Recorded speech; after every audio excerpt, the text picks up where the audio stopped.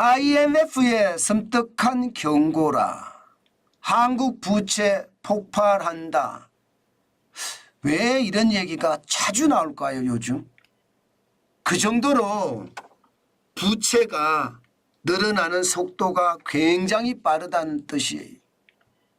여러분, 실제 말입니다. IMF가 섬뜩한 경고를 하고요. 한국에 부채가 폭발할 수 있다는 것 실제로 지표로 발표를 했습니다. 지금 보세요. 지금 2024년이죠. 대한민국 정부 부채 비율은 56.6%입니다. IMF는요. 국가 부채만 정부 부채로 답지 않고요.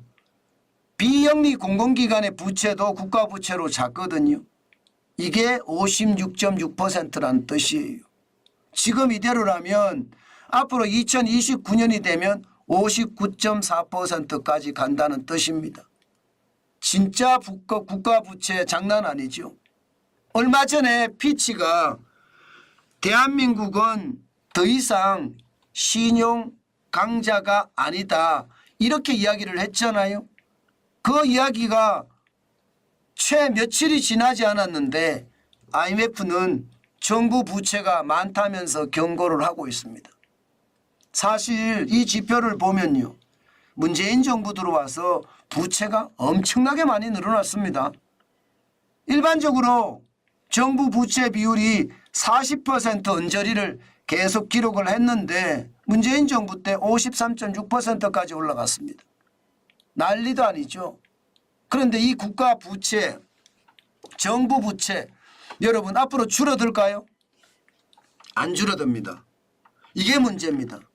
윤석열 정부가 줄이고 싶겠죠. 못 줄입니다. 앞으로도 계속 못 줄일 거예요. 그래서 충격이 된다는 뜻이에요. 아마 왜 그런지 여러분들은 알고 계실 겁니다. 바로 이것 때문입니다. 바로 이것 때문입니다. 지금 보시는 것처럼 말입니다. 재량 지출은 줄고요.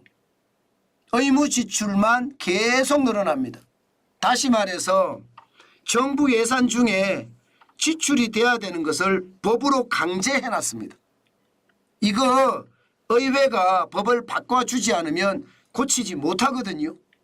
지금 윤석열 정부는 여소야대 국면이라서 절대 고칠 수가 없어요.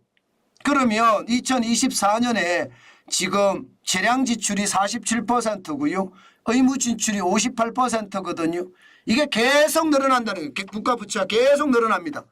2025년 내년에 가면 54.5%, 2026년 55.4%, 2027년 의무 지출이 56.1%예요. 재량 지출은 43.9%고요. 그러면 여러분 이게 부채 폭발의 위험이 안 될까요?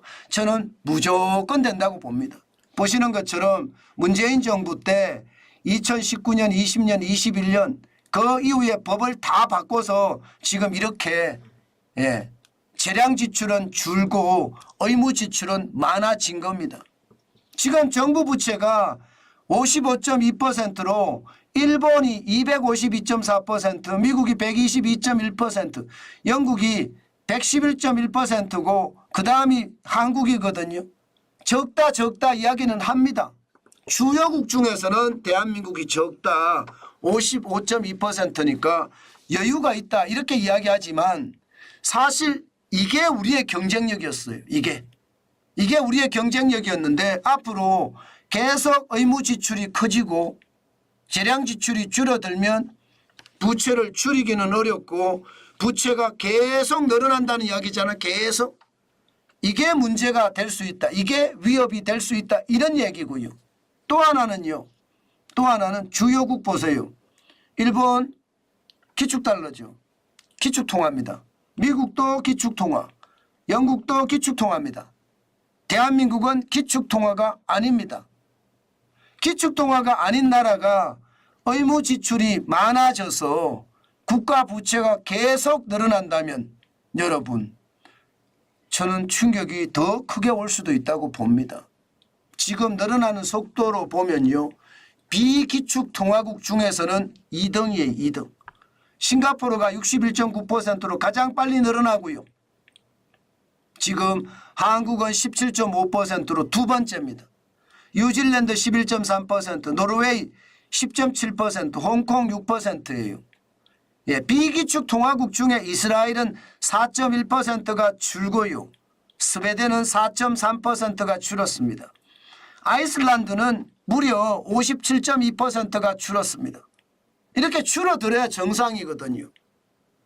우리는 선진국 하면서 우리 머릿속에 착시가 들어있습니다. 선진국이면 우리 통화도 기축통화겠네 이렇게 생각할 수 있거든요.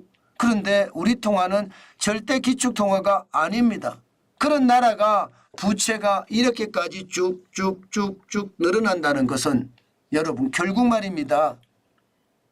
부채에 대한 폭발 위험 충분히 있다는 이야기고요.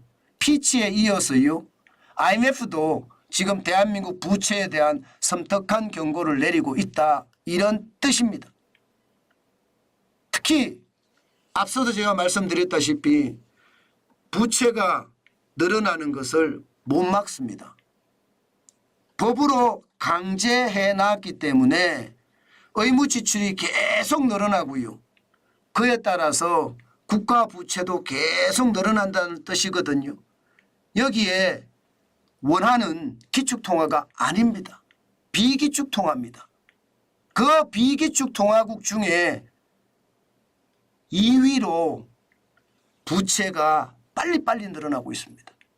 이것은 어떻게 생각하면 충격이 될 소지가 충분하다는 뜻이에요.